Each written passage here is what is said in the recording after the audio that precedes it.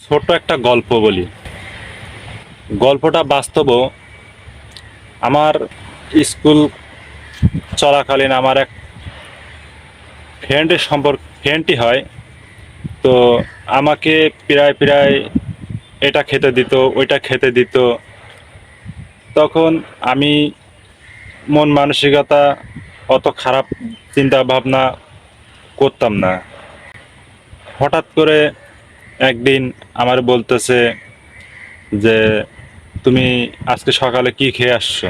তখন আমি বলছি যে আমি আজকে সকালবেলা কিছু খেয়ে আসি না, খালি পেটে আসছি। তখন বলতেছে, ঠিক আছে চলো তোমাকে আমি হোটেল থেকে খাওয়াই নিয়ে আসতেছি। তো এইভাবে আমাকে প্রায় খাওয়ায়। তো খাওয়াইতে খাওয়াইতে একদিন হঠাৎ করে আমার মাথার ভিতরে মানে একটা ঘুরপাক করলো যে আমাকে এত খাওয়ায়, এত ই করে, কি আমাকে পছন্দ করে কিনা।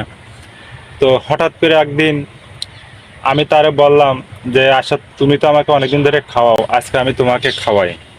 তখন বলতেছে, না আমি খাবো না, তুমি খাও না দেখে তোমাকে আমি খাওয়াই। তা আমি বলছি কি, আমার কাছে কি টাকা নাই, না আমার কাছে কেন খাওয়ার কোনো ইয়ে মানে কষ্ট ইয়ে মানে নানান একটু অজুহাত দেখালাম। পরে হঠাৎ